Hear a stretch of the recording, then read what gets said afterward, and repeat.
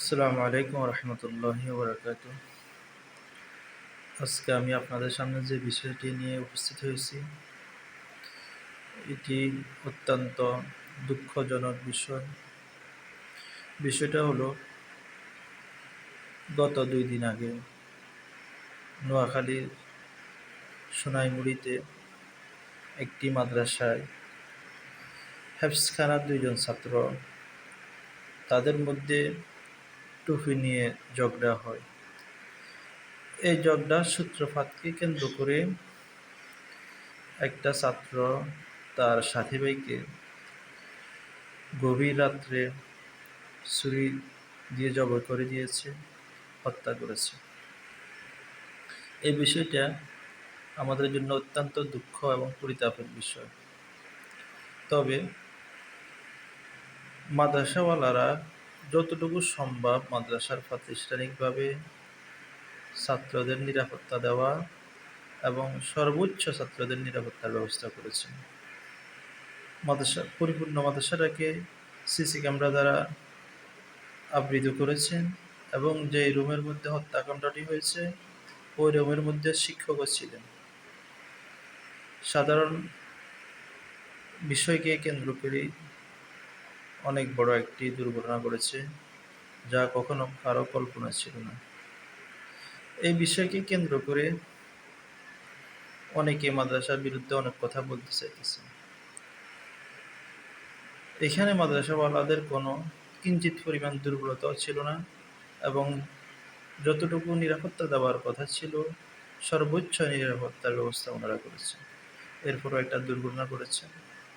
যে ছাত্রটি এই দুর্ঘটনা ঘটিয়েছেন, এই ছাত্রটাকে গ্রেফতার করা হলো। তাদের প্রশাসনের প্রতি আহ্বান থাকবে, কেন করেছেন এবং তার পিছে কেউ আছে কিনা এই বিষয়টাকে খুব ভালো করে তদন্ত করে তার শাস্তির ব্যবস্থা করা। সাথে সাথে বলবো, যারা মাদ্রাসা হিতাকাঙ্ক্ষী আছেন অথবা মাদ্রাসা আছেন, মাদ্রাসা এলাকাবাসী, কোনো প্রকার যেন দিনী প্রতিষ্ঠান, একটি এলমের মার্কাজ, এই মাদ্রাসায় এমন কিছু না, মাদ্রাসার কোনো আঘাত না আসে।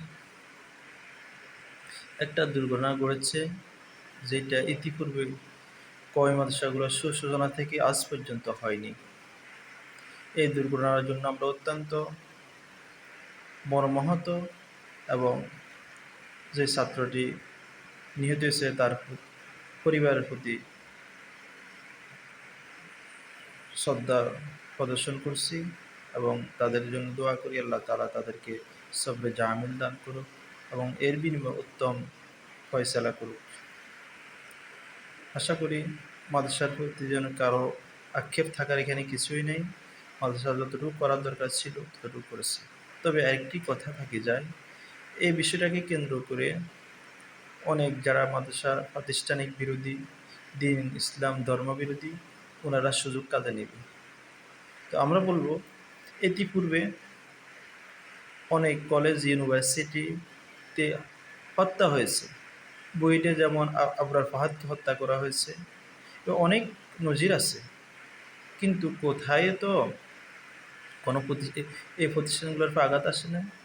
এই প্রতিষ্ঠানগুলো বদ্ধ করে দেওয়া হোক এবং তাদের প্রাতিষ্ঠানের বিরুদ্ধে কোনো আন্দোলন হয়নি।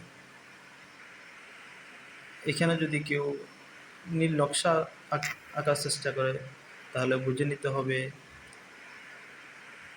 এখানে তৃতীয় পক্ষ কাজ করতেছে। আমরা এই বিশেষ প্রত্যাশা না, এরপরে যেহেতু হয়ে গেছে, কি করার, একটা সাধারণ বিষয়কে কেন্দ্র করে এখানে মাদ্রাসার উস্তাদ কারো হাত ছিল না, একটা দুর্ঘটনা, অ্যাক্সিডেন্ট বলতে হয়।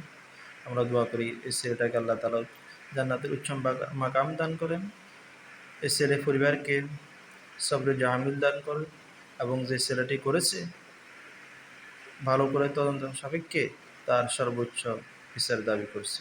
আসসালামু আলাইকুম রহমতুল্লাহ।